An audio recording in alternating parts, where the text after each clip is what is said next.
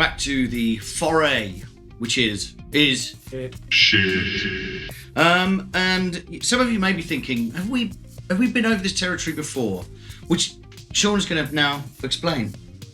Okay, so SSL have recently released the 4000B channel, which is a new channel strip which works with their UC1 controller, and it's based on the B series console. So the E series was the first really big famous SSL console, but the one before that, the B series, there wasn't many of these. There was one in Townhouse in London, and famously this was the one that In the Air Tonight was recorded on, and the famous Phil Collins drum sound came from this desk.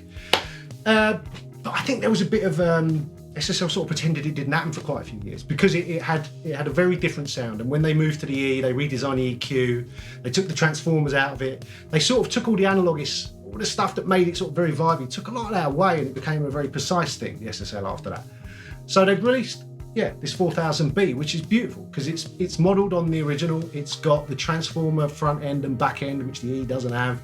It's a very warm sound. It's got basically like a preamp control on it, which when you turn it on and crank it, separate from the input control, and it just drives the transformer, makes it sound really warm. It reminds me a lot of the AMEC 9099 we looked at. It's got that similar warmth to it. If anything, I like this more, I think. It's great. It really sounds nice. The EQ is different to the E series EQ. Yeah. Doesn't look the same, doesn't sound the same, reacts differently. On some things, I think it works better. On others, maybe it doesn't so well. They've added a few extra things, so it's same as the channel strip 2. It's also got the compressor section. Compressor section. The difference is the compressor on the B series desk wasn't a separate design from the bus compressor. So these channel compressors are based on the bus compressor, which is really interesting. It's got the auto release and all the rest of it. Kind of really works well on drums. So that's quite interesting. It also has the option to crank it round, put it into DS mode, so you can run it as a DSer. Other than that, it's got the same dynamics, with the gate and the expander. It's now, because of this new interface, it's got a fader for the output, which looks nice. It's more easily recognisable, when you look at it quickly where the output level is. So the 4000B, beautiful. But they're like, this is a complete redesign. So it made the channel strip 2 look a bit... So they've basically redone that. It's the same, pretty much. They've just put it in that new format, so it's got the fader instead of the pot for the output. They've also added, which they've done on the 4000B, a pan control and a stereo width control. We see those a lot now. We see those a lot, and that's a big thing. That's really nice. The other thing they've added in the top right-hand corner is there is a parallel control. So there is an overall mix control. So that's really nice. That's never been seen before on this. So yeah, all in all, 4000B plus the channel strip 2 redone. That's a really cool thing. But there is a little bit of an issue with the 4000B. Yeah.